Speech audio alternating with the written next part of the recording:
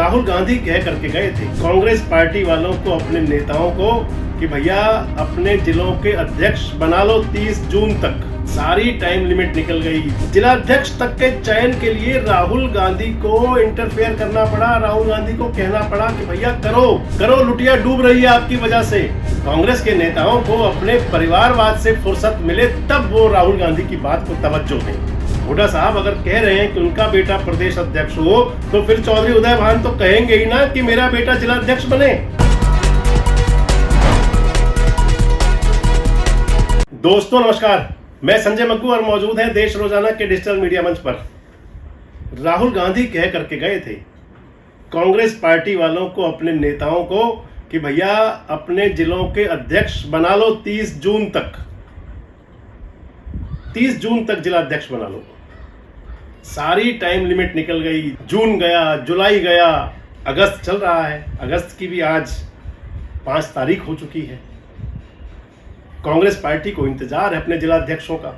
आपसे इस वीडियो में मैं चर्चा में हूं कि आखिर कांग्रेस पार्टी के अंदर फैसले क्यों नहीं हो पा रहे। राहुल गांधी से बड़े कोई नेता है नहीं कांग्रेस में। जिलाध्यक्ष तक के चयन के लिए राहुल गांधी को इंटरफेयर करना पड़ा। राहुल गांधी को कहना पड़ा कि भैया करो करो, लुटिया डूब रही है आपकी वजह से, करो कुछ करो। 19 में सरकार नहीं बन पाई, 24 के अंदर नहीं बन पाई, अब तो कुछ करो। राहुल गांधी कह करके गए, बता गए, हरियाणा के कांग्रेसियों को भी बता गए भाई लंगड़े घोड़े कौन से हैं, बारात के घोड़े कौन से हैं, जंगी घोड़े कौन से हैं, सारी बातें कह गए। लेकिन कहते हैं ना कि पतनाला वहीं गिरेगा। कांग्रेस के नेताओं को अपने परिवारवाद से फुर्सत मिले तब वो राहुल गांधी की बात को तवज्जो दें, तब जाकर कोई बात चले। हालांकि लोग कह सकते हैं मेरी इस बात पर कि परिवारवाद तो गांधी परिवार में पहले से चला आ रहा है। खैर, सबके अपने विचार हैं। राहुल गांधी अपने आप को जिस प्रकार से वो काम कर रहे हैं वो प्रूव कर रहे हैं, और आज राहुल गांधी को कोई परिवारवाद से राजनीति के अंदर अपना मुकाम बनाने वाला नेता नहीं कह सकता। भारत जोड़ो यात्रा करने के बाद में राहुल गांधी ने साबित कर दिया कि वो जमीन से जुड़े हुए व्यक्ति बन चुके हैं। आपसे वीडियो में सीधे सीधे आ रहा हूं। हरियाणा की बात मैं कर रहा था। राहुल गांधी कह के गए जिलाध्यक्ष बनाओ, प्रदेश अध्यक्ष बनाना है, विपक्ष का नेता बनना है, कुछ नहीं हो पा रहा। मैं आपसे कह रहा था कि कांग्रेस के नेताओं को मेरा और मेरे से फुर्सत मिले तब बात चले। हरियाणा कांग्रेस का अब की बार जो विधायक दल का नेता बनना है, विपक्ष का नेता, 3 सेशन निकल चुके। तो अंदाज तो नायब सिंह सैनी साहब का यही रहता है हमेशा, बड़ी से बड़ी बात को हंसी में टाल देते हैं।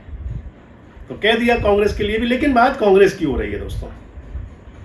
आखिर कांग्रेस के नेता कौन सी ऐसी अफीम खाकर सोए हुए हैं जिससे उनकी तंद्रा टूटती नहीं, और फिर उस राजनीति का क्या फायदा, उस परिवारवाद का क्या फायदा जब आप मुहाने तक ना पहुंच पाए। 2014 तक हरियाणा के अंदर कांग्रेस की सरकार थी। 2005 से हरियाणा कांग्रेस के अंदर हुड्डा युग चल रहा है। हुड्डा युग, हुड्डा काल कह सकते हैं उसको। 2005 में जब सरकार बनी तो भूपेंद्र सिंह हुड्डा मुख्यमंत्री बने। भूपेंद्र सिंह हुड्डा 2005 से 9 तक मुख्यमंत्री रहे। समय से थोड़ा पहले चुनाव करा लिया, लेकिन 67 विधायकों वाली कांग्रेस को 40 पर लेकर के आए 2014 में, और 2019 में और छीका फूट गया सारा ही। विपक्ष का नेता तक नहीं बन पाया कांग्रेस का। 2014 के बाद 2019 आया। कांग्रेस को उम्मीद थी कि हमारी सरकार बन जाएगी, क्योंकि इंडियन नेशनल लोकदल तो दल दल में घुस चुका था, परिवार टूट चुका था। कांग्रेस के प्रति लोगों को लगा कि शायद कांग्रेस की सरकार बन जाएगी। भूपेंद्र सिंह हुड्डा फुल फ्लैश चल रहे थे। हुड्डा साहब के नेतृत्व में चुनाव हुआ, कांग्रेस को फिर पावर नहीं मिली, एमएलए रहे 31। 2024 आ गया। 2024 में तो कांग्रेसी बल्ले बल्ले थे। भूपेंद्र सिंह हुड्डा के बारे में आया सीएम आया, नारे चलते थे, और लगता था कि जैसे बस हुड्डा साहब मुख्यमंत्री बन चुके हैं, बस सिर्फ घोषणा होनी बाकी है। चुनाव परिणाम आया तो हरियाणा के अंदर कांग्रेस प्रमुख विपक्षी पार्टी बनकर के रह गई। बस इतना फर्क आ गया कि 31 से 37 तक गिनती पहुंच गई, एमएलए 37 हो गए। राहुल गांधी की तंद्रा खुली और उन्होंने ध्यान देना शुरू किया हरियाणा की तरफ। उन्होंने देखा कि आखिर क्या कारण है, और उसके अंदर शायद एक कारण उन्हें लगा जिसकी वजह से अभी तक हरियाणा कांग्रेस का विपक्ष का नेता नहीं बन पाया, किसी को नेता विपक्ष की जिम्मेदारी दी नहीं गई। अब हरियाणा के अंदर विपक्ष का नेता भी बनना है। हरियाणा प्रदेश कांग्रेस कमेटी का अध्यक्ष भी बनना है, जो चौधरी उदय भान चले आ रहे हैं लगातार, पूरे सिपा सलार हैं हुड्डा साहब के, और हरियाणा कांग्रेस के जिला अध्यक्ष भी बनने हैं। मैं आपको बता रहा था परिवारवाद की बात। कांग्रेस के सियासी गलियारे में एक बात चलती है कि हुड्डा साहब नहीं चाहते कि उनके हाथ से जो कांग्रेस की कमान है वो निकले। ये सच है, बिल्कुल, ये फैक्ट्स है। इसके अंदर आप जो भी लोग होंगे, जो आज की स्थिति दिखाई पड़ती है, उससे आप समझ भी सकते हैं इस बात को। अधिकांश एमएलए भी हुड्डा साहब के समर्थक हैं, और इसलिए कांग्रेस आला कमान भी फूंक फूंक कर कदम रख रहा है। पुरानी कहावत है, दूध का जला हुआ छाछ को भी फूंक मारता है, इसलिए फूंक मार रहा है। दूध के जले की बात मैंने आपसे किस लिए कही बताऊंगा इस वीडियो में, पूरी बात आपको। हुड्डा साहब चाहते हैं कि अगर वो विपक्ष का नेता नहीं बन रहे तो उनका बेटा हरियाणा कांग्रेस कमेटी का प्रदेश अध्यक्ष बन जाए, यानी कि मैं नहीं तो मेरा बेटा। हुड्डा साहब 2005 में जब हरियाणा सरकार के मुख्यमंत्री बनाए गए, हरियाणा प्रदेश की उनको चौधर मिली, तो उस समय हुड्डा साहब ने अपनी जगह, क्योंकि सांसद थे पहले, वो अपनी जगह अपने बेटे को सांसद बनाया। दीपेंद्र हुड्डा को टिकट दिया, उपचुनाव दीपेंद्र हुड्डा जीते। उसके बाद में वो चुनाव जीते, 2009 में जीते, 2014 में जीते, सांसद लगातार 3 बार बने। 2019 में दीपेंद्र हुड्डा चुनाव हार गए, 2024 में फिर हुड्डा को टिकट मिला। यानी कि मैं आपको बता रहा था कि 2.5 दशक 2 दशक से ज्यादा हो गए कांग्रेस के अंदर, हरियाणा कांग्रेस में खाता ना बही, जो हुड्डा साहब कह दें वो सही चल रहा है पूरी तरह से। अब हुड्डा साहब चाहते हैं कि अगर मुझे नहीं तो फिर मेरे बेटे को, दीपेंद्र को। दीपेंद्र भी आजकल सक्रिय है, इसमें कोई दो राय नहीं है।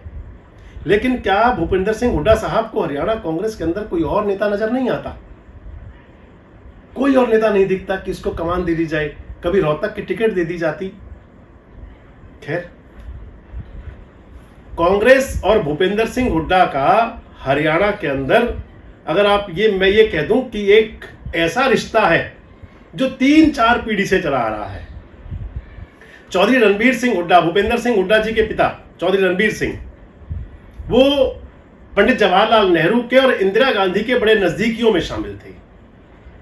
उसके बाद राजीव गांधी आई, सोनिया गांधी आई, भूपेंद्र सिंह हुड्डा उनके नजदीक रहे। भूपेंद्र सिंह हुड्डा जी को बनाया बाकायदा हरियाणा का मुख्यमंत्री, पावर सारी सब कुछ सोनिया गांधी जी ने दिया। भजनलाल दावेदार थे 2005 में मुख्यमंत्री पद के, लेकिन सोनिया जी ने हुड्डा साहब को बनाया, और एक तरह से वो पुराना जो कहीं रह गई थी कसर, क्योंकि रणबीर सिंह जी को चाहते थे मुख्यमंत्री बनाना इंदिरा गांधी जी, वो सास्त पूरी नहीं कर पाई तो बहू ने पूरी की। सोनिया जी ने बनाया भूपेंद्र सिंह हुड्डा को मुख्यमंत्री। उसके बाद राहुल गांधी और प्रियंका आए, उधर दीपेंद्र हुड्डा वो भी साथ साथ है, यानी कि 3-4 पीढ़ियों का रिश्ता चला रहा है। इसके बावजूद आप ध्यान करें, जब कांग्रेस के अंदर G23 बना, G23 ग्रुप बना, जिस ग्रुप के बहुत सारे लोग कांग्रेस छोड़ करके जा चुके हैं और कुछ जाने को तैयार बैठे हैं, उस G23 के अंदर भूपेंद्र सिंह हुड्डा हरियाणा की तरफ से थे, उनके साथ में कुलदीप शर्मा भी थे, कुछ लोग और भी थे उनके साथ में। यानी कि कांग्रेस आला कमान के खिलाफ कांग्रेस का जो गांधी परिवार आला कमान है, जब बात चली, राहुल गांधी के अंदर मजबूती नहीं दिख रही थी उनको कि मजबूत नेतृत्व चाहिए कोई। G23 ग्रुप बना, हुड्डा साहब उसमें थे, उसके अंदर मनीष तिवारी थे, उसके अंदर शशि थरूर थे, उसमें गुलाम नबी आजाद थे, उसमें आनंद शर्मा थे, तमाम नेता थे। गुलाम नबी आजाद कहां है आपको पता है? आजकल मोदी जी की आंखों के तारे हैं। मनीष तिवारी कहां है आपको पता है? आजकल मोदी जी की आंखों के तारे बनने की तरफ वो भी हैं। शशि थरूर कहां है? 50 करोड़ की गर्लफ्रेंड वाले, 50 करोड़ की गर्लफ्रेंड के बॉयफ्रेंड आजकल कहां है, वो भी आपको पता है। और बाकी नेता भी बहुत सारे आपको पता है कहां है। अरविंदर सिंह लवली भी उसके अंदर थे, और बहुत बड़ी लिस्ट थी 23 लोगों की। वो लोग कहां हैं? और मैंने कहा कुछ जाने को तैयार है, तो मनीष तिवारी और शशि थरूर उसी गिनती में आते हैं। उपराष्ट्रपति के चुनाव में शायद सब कुछ सामने भी आ जाएगा। तो जन्म जन्म का रिश्ता, पीढ़ी पीढ़ियों का रिश्ता, सब कुछ हुआ, उसके बावजूद हुड्डा साहब ने आंख दिखाई कांग्रेस आला कमान को। लेकिन मैं वापिस आ रहा हूं, आज हुड्डा साहब चाहते हैं कि उनके बेटा ही रहे। और एक पुरानी कहावत है, देसी भाषा में कहा करते थे, कटोरे पे कटोरा, बेटा बाप से भी गोरा। नारियल के लिए कहा जाती थी ये कहावत। हुड्डा साहब अगर कह रहे हैं कि उनका बेटा प्रदेश अध्यक्ष हो, तो फिर चौधरी उदय भान तो कहेंगे ही ना कि मेरा बेटा जिला अध्यक्ष बने। चौधरी उदय भान लगे हुए हैं कि पलवल जिले का जिला अध्यक्ष उनका बेटा देवेश बन जाए। पूरी ताकत लगा रखी उन्होंने भी अपनी।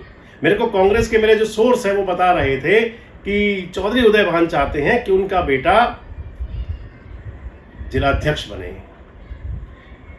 चौधरी उदय भान जी लगातार आपको कांग्रेस टिकट दे रही है, लगातार कांग्रेस ने आपको प्रदेश अध्यक्ष बनाया, प्रदेश स्तर का बड़ा नेता बनाया आपको। आपके बेटे भी कांग्रेस के अंदर जो हरियाणा कांग्रेस के डेलीगेट रहे और दूसरे बेटे भारतीय जनता पार्टी में जाकर के बड़े आराम से वहां पर चेयरमैनशिप भी काट करके आए नगर परिषद की कुछ समय के लिए। वापसी भी आपके पास आ गए। चल जाता है, जाना आना चल जाता है, कई बार पिता पुत्र के विचार भी नहीं मिलते, लेकिन मैं सीधी बात पे जो आ रहा हूं, चौधरी उदय भान चाहते हैं कि उनका बेटा देवेश को पलवल जिले कांग्रेस कमेटी का अध्यक्ष बना दिया जाए। इसके लिए बाकायदा जितनी लॉबिंग वो हो सकती है, मेरे कांग्रेस के सोर्स बता रहे थे, उतनी कर रहे हैं जितनी लॉबिंग हो सकती है। लेकिन होना तो ये चाहिए कि उदय भान जी, अगर आपको कोई दलित चेहरा भी चाहिए तो कोई और दलित चेहरे पलवल के अंदर बहुत होंगे जिनको आप आगे बढ़ा सकते हैं। आप अपने बेटे के लिए विधायक की टिकट उस समय मांग लीजिएगा, लेकिन संगठन हो, सरकार हो, कोई ताकत हो, सब कुछ मैं, मेरा और मुझे, ये जो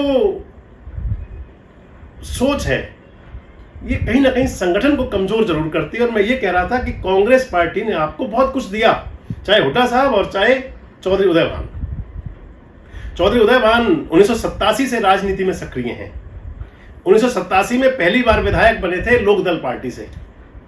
क्रेबको के चेयरमैन थे उस समय, कृषक भारती कोऑपरेटिव इंडिया लिमिटेड का उनको चेयरमैन बनाया गया था।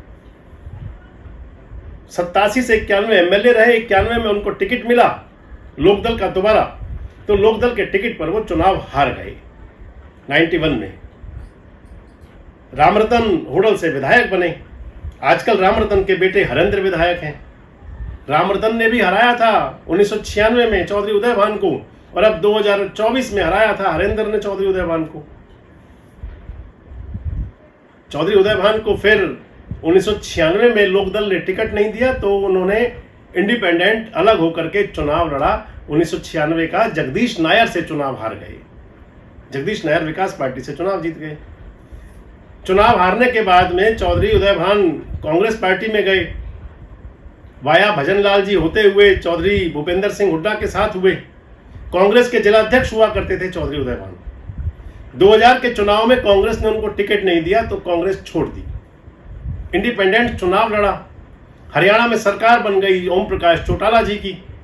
ओम प्रकाश चौटाला जी की सरकार के साथ में लगे रहे। हो सकता है मजबूरियां हो कि कुछ काम कराने होते हैं इलाके में।